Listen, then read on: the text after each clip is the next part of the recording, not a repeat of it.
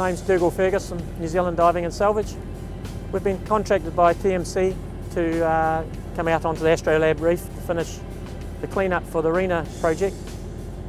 We started here about 2 months ago, firstly with the small scrap that's still up in the shallow waters, and now we're working on the copper recovery, which was lost out of hold 6, out of one of the containers. And the divers are using an airlift vacuum system to bring the copper up to the surface and leave the rock and sediment behind. Divers at the moment are working in approximately 30 odd metres of water, and the copper, where it's spread out, is between 30 and 41 metres of water. So it's quite a concentrated area. As you can see, the divers working on the seafloor here is in 31 metres at the moment. The system we use works very effective in not just basically bringing up the material that we want ready for disposal. We've got to remove everything because it's not just a seam of copper, it's across the whole area. As you can see, the divers are targeting specific spots where the copper is concentrated and lying on the seafloor. So behind me there you can see the cyclone operating with the airlift running the hose into the top of it. As it comes up through the cyclone, it de-energises it, takes energy out of the air and separates the copper from the rocks basically.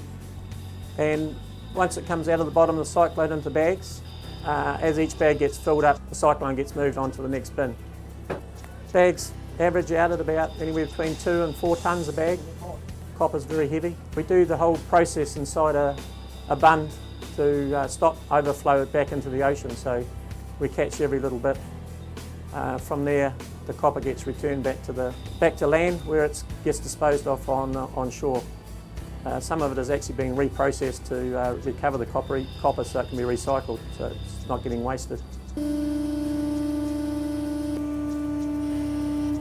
As you can see, the bag's now full, and they're about to lift it out of the bin and put it on the deck for final draining, and then start the process all over again. So this is just the copper-laden sediment that's come up from the bottom, very fine particles mixed in with all the sediment. There's about 2 tonnes, 2.5 tonnes in that bag.